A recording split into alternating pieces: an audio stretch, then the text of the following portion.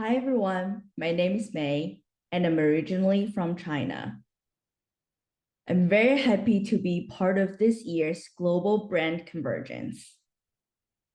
Now, I have the pleasure of introducing our next speaker, Tery Spataro. She's a creative director and author and an artist. She's a prolific storyteller who has been using AI as a canvas to tell her vivid stories. As an artist and a writer, Tery has explored the use of AI in a variety of dimensions. Her science fiction books are fascinating, colorful, and imaginative. She's boldly willing to travel into uncharted territory with AI and is open to new ideas and concepts. However, it is her artistic sense that is always in the forefront of her creations. She has published a wide array of books using AI and created a portfolio of artwork. Generous and caring with her ideas, knowledge, and insights, Tery shares her expertise in communities both locally and globally, and she brings an eager and open mind to the world of AI. Each of us can learn a lot from Tery. Appropriately, the title of Tery's talk is Synthetic Muses, Unleashing Creativity in the AI-Infused World. We will walk away with the understanding of 1, efficiently using tools for AI collaboration. 2, designing with generative AI for impact. And 3, applying the processes of AI-enabled book creation. It is with great pleasure I turn to our next speaker, Tery Spataro. Thank you so much for that wonderful introduction. I am thrilled to be here at the Global Brand Conversions Conference. I'm going to talk about synthetic muses and creating picture books with AI. You know, it's interesting. The title of my talk caused a lot of amusement, but I wanted to tell you that the term synthetic muses is really fitting for me because I perceive generative AI as a collaborator and a tool in which I am the creative director, the conductor, the composer, and in that orchestra are incredible synthetic muses. Each one has a purpose, an instrument that I'm going to use. So did you know that storytelling is an art form that's been around for about 50,000 years? And storytelling is actually one of the oldest forms of communication. And that being said, I'm hoping that the outcomes for this presentation that I'm doing for you will be to effectively use tools for AI collaboration. You'll learn about designing with generative AI for impact and applying the processes for AI-enabled book creation. So I have a particular workflow. You will all have your own workflow, but this is mine. I start by imagining, creating, and then going into the designing process. I picked Beyond Darkness because I thought it would be a really good way to demonstrate my workflow and really understanding how I bring a picture book together. So Beyond Darkness is a reflection of horror. And what I wanted to do is move beyond a traditional way of looking at a book and create this as an art experience. And that's why I chose Beyond Darkness for this talk. So Beyond Darkness is an unusual form of storytelling. The intent is to be a visual experience, and it's told from the first person narrative with very few words So not to overpower the incredible visuals. This is not a linear book. And when you're looking at it, you're being pulled through a story that's really intense. So I start, as mentioned, by imagining.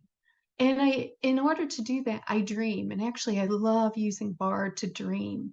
Bard is great because you can have this wonderful conversation and back and forth. Like, I want to do a picture book about a black hole. The black hole is actually the hero.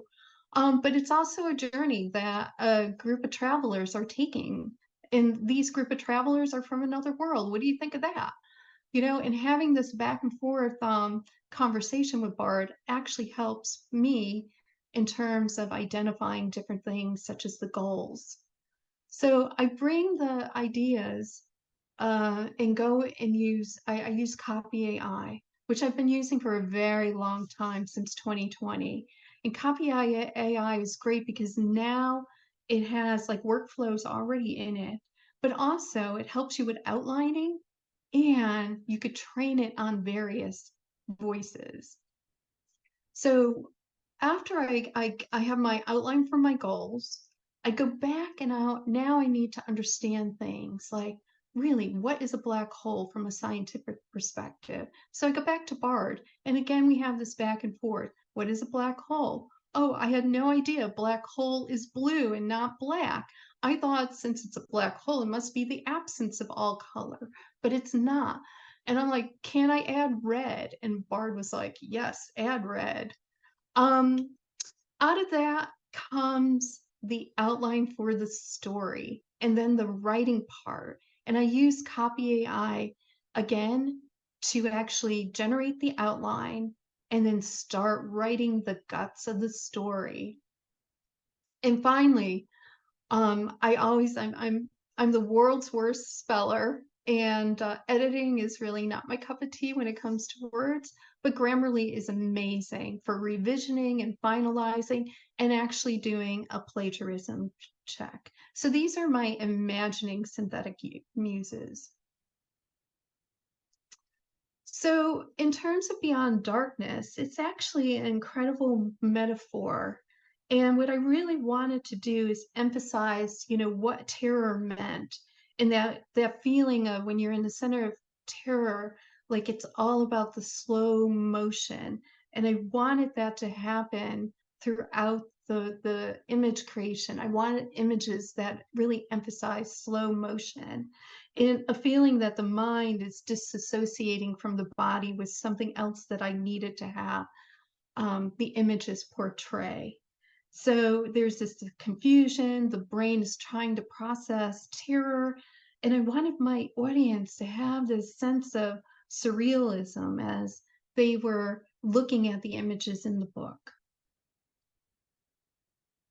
So now that we have that down, we understand this is a metaphor, we have our goals, we understand what color that we're going to use, we know it's a black hole, we have an outline for the story, we have sections to the story. There are 9 sections. We go into this creative mode in creating horror.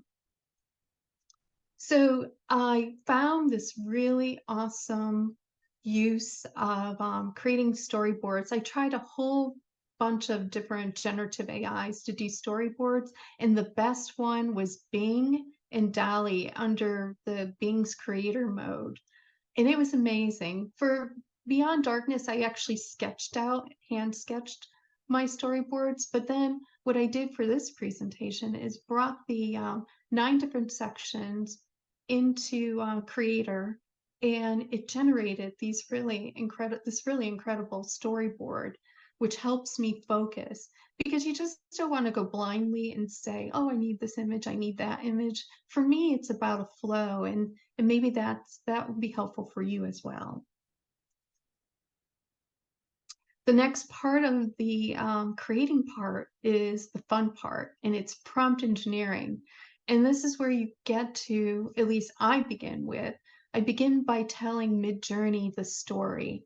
Then after that, I add the style and then the technical details. I just don't go into Midjourney and say, I need a black hole, and then it gives me back an image. That's not going to do.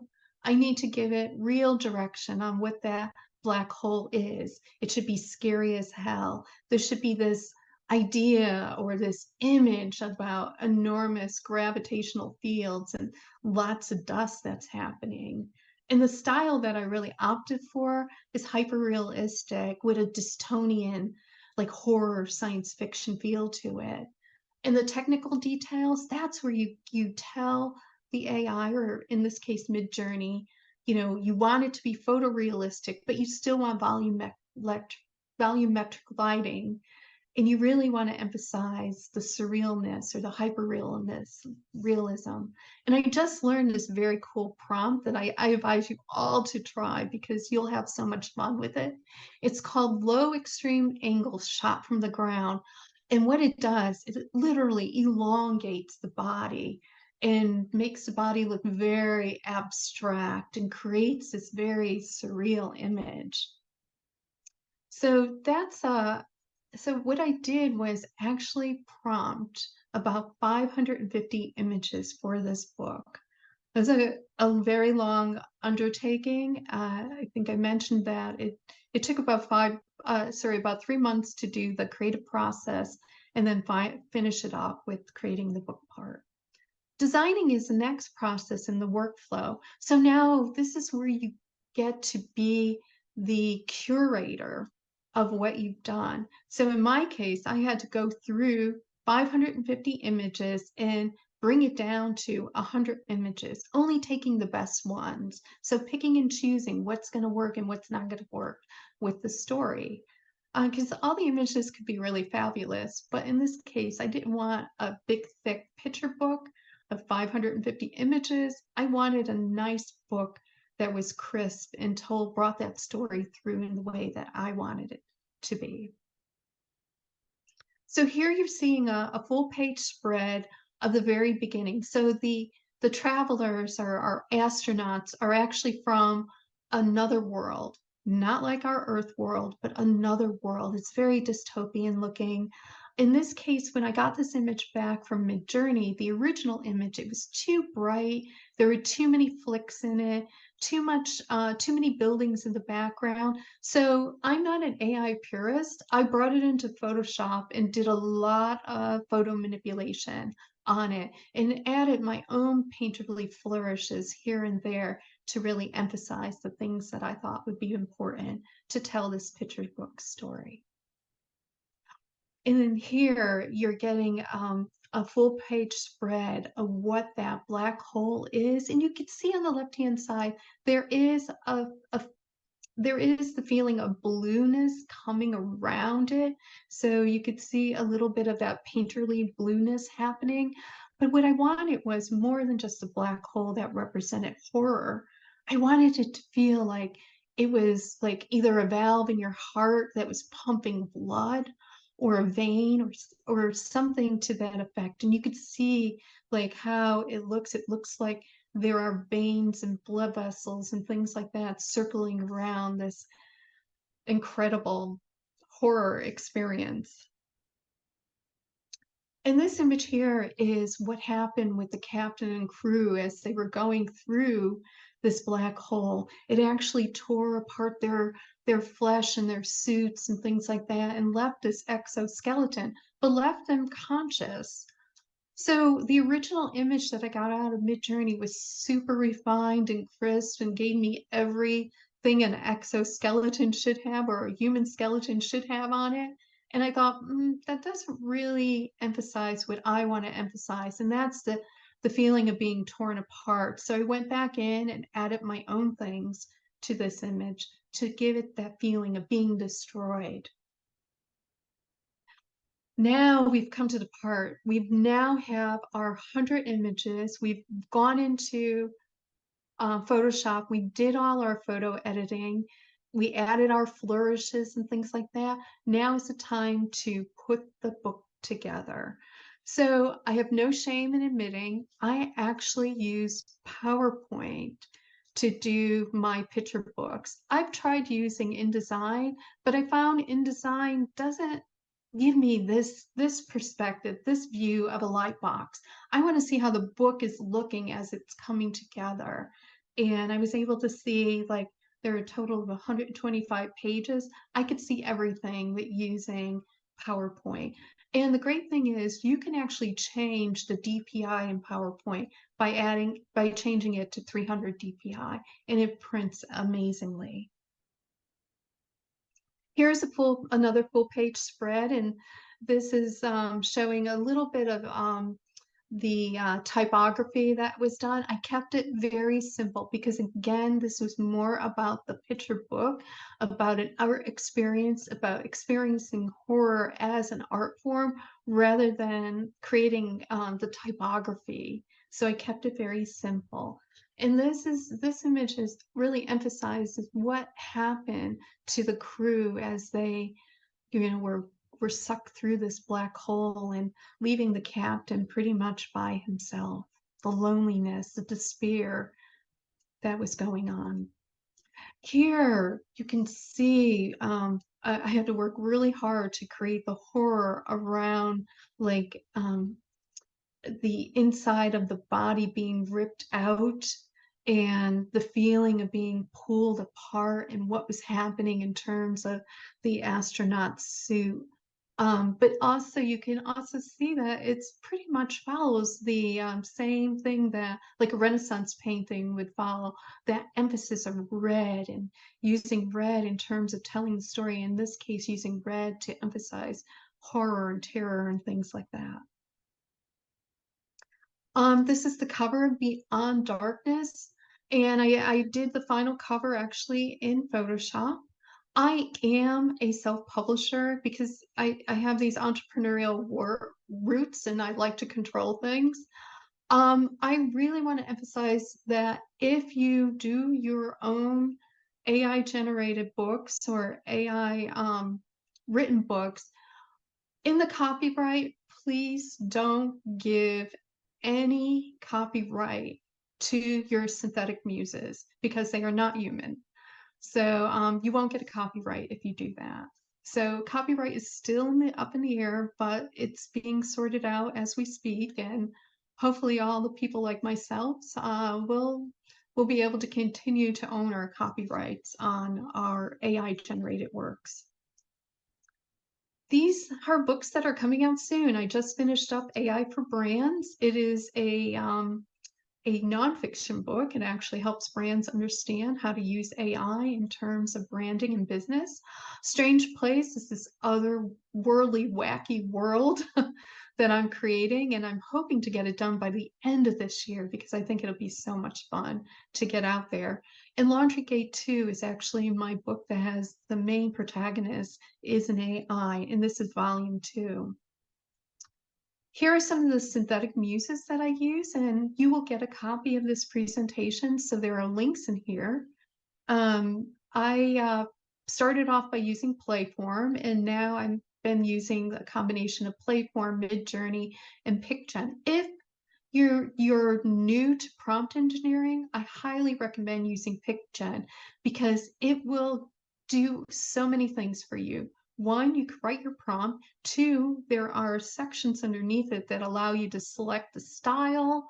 Is it a photograph? Is it surreal art? Is it, photorealistic art or whatever? It allows you to do all of that without actually having to write the prompt for it. And the other thing is it's connected to ChatGPT. So if you don't like the prompt that you wrote, or it's giving you back something that's not what you like, you can always use the built-in ChatGPT in PicGen. These are writing AI tools, and I mentioned Copy AI quite a few times that I really love using. Video, I am actually going to take Beyond Darkness and make it into a 3 to 5 minute animated video, and I think it'll be a lot of fun. I'll probably use Runway, ML, I've used Kyber and Deforum, and I'm getting used to Pika Labs. The synthetic muses that I use for music, voice, and sound, 11 Labs is amazing if you want to create sound or voice for your creations. And these are, again, my research tools, a lot of emphasis on Bard, but I do from time to time will use Bing. And if there's If there's nothing on my list and you have something in mind, there's this great site called There's an AI for That. I think they should change it to There's a Synthetic Muse for That. So I want to really tell you to treat your AI right, because that's so important. Have patience, know your purpose. Do not go with the popular AI tool.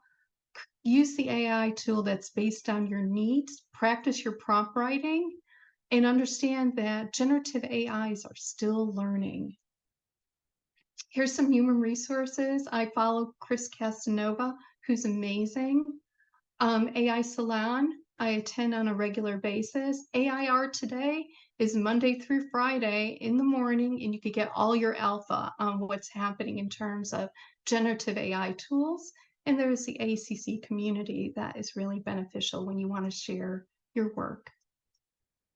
I just want to thank the Global Brand Conversions for having me today, and I really enjoyed doing this. Thank you so much for having me.